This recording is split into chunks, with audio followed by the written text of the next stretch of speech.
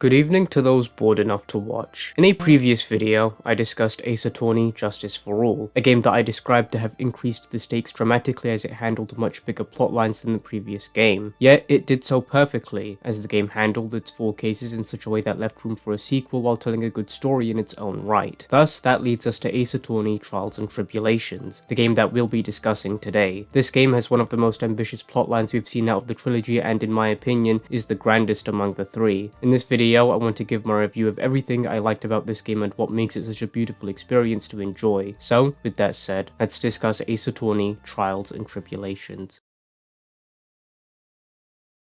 The first case begins 5 years prior to the events of the main game, as you assume the role of Mia Fey, who's defending a much younger Phoenix Wright, of whom has been accused of murder at the university he studies at. This is noted to be the second time Mia has been in a courtroom, as the first time was during a case that traumatized her so badly a year prior to this one, to the extent where she believed she'd never step foot in a courtroom again. We'll soon see why she decided to take this case as it proceeds, but for now, the game uses this as an opportunity to introduce the player to the mechanics of the game, of which everything from the previous 2 are here and accounted for. I really think that right from the beginning, the game establishes the level of innovation that went into it, as it uses this medium of playing as a younger, inexperienced version of a well-established character to introduce the mechanics to the player, as assumedly they would be seeing the events from their perspective, and thus both Mia and the player are just as new to them as each other. It also introduces the player to the plot by immediately shrouding this section in mystery with enough knowledge to know what's happening. The 2 main questions being why we're starting with Mia 5 years prior, and that of why she took this case despite having been absent from the court for a year. Ultimately, that second question is answered when a woman claiming to be Phoenix's girlfriend takes the witness stand, Dahlia Hawthorne. She and Mia seem to be familiar with each other, and she's the one who's discovered to have killed the man Phoenix is accused of having done so to. She wanted to take the life of Phoenix but ultimately killed the wrong person, and as such, she's found guilty, while Phoenix is found innocent. Though torn at the woman he deemed his girlfriend having tried to kill him, he still strives to be a lawyer, as a certain friend of his is in need of help, and he hopes that himself and Mia will see each other again someday. The case ends on Phoenix thinking back on this case, and how something seems to have happened that caused his mind to think back to it. This seeks to introduce one of the core themes of this game, how past crimes can affect the future, and how ultimately through all of it, justice prevails in the end. This is one of the most ambitious plots we've seen out of this trilogy, and in my opinion, it's the best too. It cleverly interconnects the stories of the previous games into this one, using them as a foundation to elevate itself into something greater while still feeling grounded enough to stand alongside them, allowing players who may not be familiar with the previous titles to at least understand what's happening. The second case of the game follows Phoenix taking a case where he has to defend a man by the name of Ron Delight, claiming to be an infamous thief responsible for many heists, though his wife claims that he's just a tad delusional and that he's actually just a security guard working for a nearby company. The item in question that's been stolen here is a sacred urn belonging to the Crime Village that was introduced in the previous game, as it had been at a museum as an exhibition item. As the case unravels, we discover that a murder also happened at the same time as the theft, in which Phoenix now defends Ron on the charge of murder, unraveling the true nature of what really happened and how both the theft and the murder are connected as part of a scheme by the true culprit to find himself innocent of the charges of killing another. Additionally, this is the case where we're introduced to a character named Godot, a prosecutor who's shrouded in mystery as no one knows anything about him. Nevertheless, he's the prosecutor who'll be filling Franziska's absence for most of this game. I personally can relate to this man's sheer love for coffee. What I can't relate to is his sheer hatred for Phoenix and him speaking in riddles most of the time. We learn more about Godot and his past as the game proceeds, but with that, I appreciate the notion that the game takes to reintroduce Phoenix's perspective, as we've just seen a younger iteration of him through the perspective of Mia, showing that he was rather immature as a result of his age and being comically ignorant to the world around him. Introducing his perspective to characters like Maya and Pearl do a somewhat good job to show how he's matured since then, and to still represent his competence in case the representation in the previous game may have sullied that. Furthermore, not beginning the game on such a high stake shows how accustomed Phoenix has become to his role as a lawyer, presenting him in a very casual manner. Regardless, this second case doesn't really contribute much to the plot aside from re-establishing the present day iteration of the world and its characters, as well as introducing new characters to the plot. Much like the second case, the third once again doesn't contribute much to the plot aside from small details every once in a while. This is something that I want to briefly talk about, as the previous 2 games had a total of 4 cases, with the third one always being the filler. Of course, I'm excluding the 5th case when I mention the first game, as it was added as DLC later initially and naturally doesn't contribute much to the plot. With that aside, this game has a total of 5 cases, with 3 being in relation to the story being told, whereas the other 2 feel as though they are filler. This doesn't discredit the fact that they are fairly fairly entertaining at that, and I did feel as such when playing through them, but especially on repeat playthroughs, part of me just wanted to get through them so I could return to following the actual plot. It almost feels like Case 1, 4, and 5 tell a well-written story about justice prevailing through time and how evil can linger through generations just as justice can, whereas Case 2 and 3 is Phoenix pissing about with some guy from Brooklyn. This case follows Phoenix as his reputation has been sullied by a man pretending to be him, delivering a childishly amateur defense to Maggie Bright from the previous game, once again accused of murder. Seeing as how he holds himself partially responsible as whoever the phony was used his name, he decides to take the case and thus investigates Tribulations, a restaurant where the death of Glenn Elg took place, who was murdered by Furio Tigre, a man who pretended to be Phoenix just so he could pin the crime on Maggie. Regardless, Phoenix gets to the bottom of everything in the courtroom as once again, all ends well as the case comes to a close. The fourth case follows Mia's perspective once more, this time being 6 years prior to the main game's plot. This is the very case that she mentioned in the first case, the one that traumatized her to the point where she vowed to never step foot in a courtroom again. This is also how she came to know of Dahlia Hawthorne. In this case, we're also introduced to Diego Armando, who looks a lot like a certain prosecutor that we know. This is also where we're introduced to a younger Edgeworth, which is a detail that I really liked as it shows what he was like under the influence of Manfred von Karma, even mimicking a lot of his movements, which further goes to show how heavily influenced he was. It also seeks to place a lot of suspense in this first case, as we, the player, have the hindsight of knowing that Edgeworth never lost a case prior to Phoenix entering the courtroom, so naturally this compels us to know what exactly happens in this case. Mia defends a man by the name of Terry Falls, prison escapee accused of murder, though once again as the case proceeds the facts of the case slowly begin to come to light, and just as the truth is close to coming out, Falls takes the fall for Dahlia as he consumes a vital piece of evidence which kills him. This results in Mia stepping away from the courtroom. Diego would go on to get poisoned by Dahlia, putting him in a coma for 5 years. Ultimately the case ends on the note of the trial being stopped as a result of Falls' death, and Dahlia is able to barely slip by. This case leads into the fifth and final case of the game, one of the grandest we've seen thus far, as now we know the backstory of everything that led to this, with even elements from the previous game coming into play as it unravels. The fifth case opens on Phoenix, Maya, and Pearl going to a training hall out in the mountains. Phoenix initially doesn't want to go, but when he sees a newspaper with a photo of what seems to be Dahlia on it, he chooses to go. When they get there, Phoenix and herself seem to know each other, but for now they seem distant and silent around one another. When Maya is finally sent off to where she'll be training, one of the people staying in the same vicinity, a woman named Elise, is murdered, and the bridge connecting the two places is burned. Phoenix tries to cross anyway, despite Larry telling him not to, and falls into the river as a result. This leads to Edgeworth taking the case in Phoenix's place to defend a nun named Iris, the Dahlia lookalike, as he was called at the last minute by Larry to do so. We get to play as him as he investigates the area, and when we reach the courtroom, Godot is nowhere to be found. Instead, Francisca returns to the prosecution. I really like this, as it adds to the grand nature of this case as it shows the sheer scale of how many characters are involved in what's happening here. Furthermore, getting to play as Edgeworth was something that was a really nice addition as we get to play and experience the other characters and story from the perspective of someone that isn't Phoenix. With that though, we once again assume the role of Phoenix and uncover more of the case, as well as a few other things too. We learn that Morgan Fay, Pearl's mother from the previous game, has been plotting since her imprisonment this entire scheme and wanted to use an oblivious Pearl to execute her plan. Dahlia was executed when she was found guilty and is present through someone having channeled her spirit, which is later revealed to have been Maya. When all of this is discovered, Maya takes the witness stand and tries to cover for the true killer, though Phoenix already appears to know who it is. He accuses Godot of murdering Elise, and when all is proven, he finally admits to his guilt. Throughout the game, he expressed his contempt for Phoenix, and in this case, he finally reveals why. When he awoke from his coma, he learnt of Mia's death and blamed Phoenix for not having been there to protect her, though in the courtroom he admits that he was simply running from the fact that he was in a coma at the time and couldn't do anything. He's unsure of whether he was trying to protect Maya or not, as knowing she was in danger, he is aware that he should have approached Phoenix right away but didn't. Nevertheless, Iris is found not guilty on the charges of murder, though she still has her own sentences to pay for her being an accomplice in it. This leads to the end of the game, as the characters go on to move on from this and live their lives, thus ending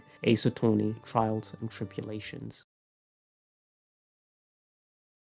This game was genuinely one of the most beautiful experiences that I played, and revisiting that for this video showed me that it's still a game that holds up quite well. Everything from the sheer scale of the plot, the characterizations and the themes is executed perfectly, culminating into this experience that feels interconnected and rich in story. I was left on a somewhat somber note when I finished this game, as I was enjoying this game so much to the point where part of me was rather sad to see it end. Nevertheless, it did, and with that ending, I can wholeheartedly recommend Ace Attorney, Trials and Tribulations. So, there's rest of the video. I hope you all enjoyed it. I apologize if my voice sounds rather odd. I am a bit sick as I record this, but I hope it's not too big of an issue. If you want to view the list of games I want to make videos about in the future, then you can always do so through the link in the description. Additionally, if you want to follow me, then my socials will be linked in the description, as well as any afterthoughts or messages I may want to add. With that, I haven't really got much else I want to say, so I'll see you all in my next video. I hope you all enjoyed the video, and I wish you all a very pleasant evening.